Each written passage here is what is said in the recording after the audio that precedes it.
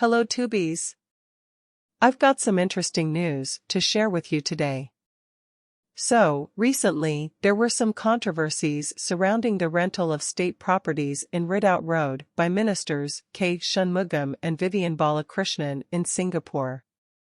People were raising concerns about corruption, abuse of power, and conflicts of interest.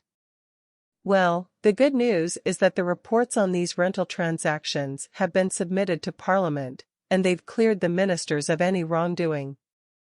According to the reports, there's no evidence of corruption, criminal activities, or abuse of power by the ministers or anyone involved. The investigations were conducted by Senior Minister Chee Hean and the Corrupt Practices Investigation Bureau, CPIB, so they had a thorough look into the matter. They concluded that the ministers and everyone else acted appropriately throughout the process. Now, one of the interesting points raised in the reports is the potential conflict of interest for Minister Shanmugam. You see, he's the law minister, and the Ministry of Law oversees the Singapore Land Authority, SLA, which is responsible for these properties. But don't worry, Shanmugam made sure to remove himself from any decision-making processes related to the rental. He informed his colleagues and delegated the matter to them to avoid any influence.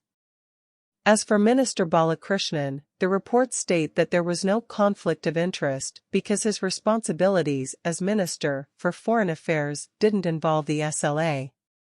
So, no favoritism there either. The reports also provide a timeline of how the ministers got involved with these properties. It seems that they were vacant for quite some time before the ministers expressed interest.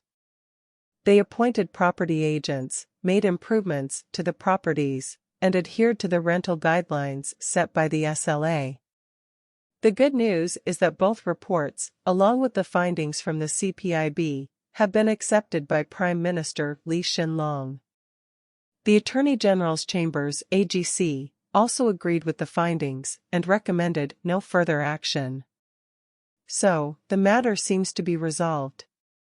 However, it's worth noting that some concerns raised by satellite photos and approving bodies regarding tree clearings and unapproved structures aren't addressed in the reports. Additionally, there's no specific mention of the minister's code of conduct, which raises questions about any potential conflicts of interest between their office and private financial interests. So, that's the latest on this topic.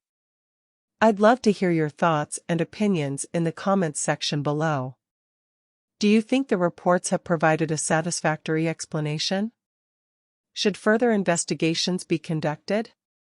Let's discuss it. And don't forget to hit that like button and subscribe to stay tuned for more updates.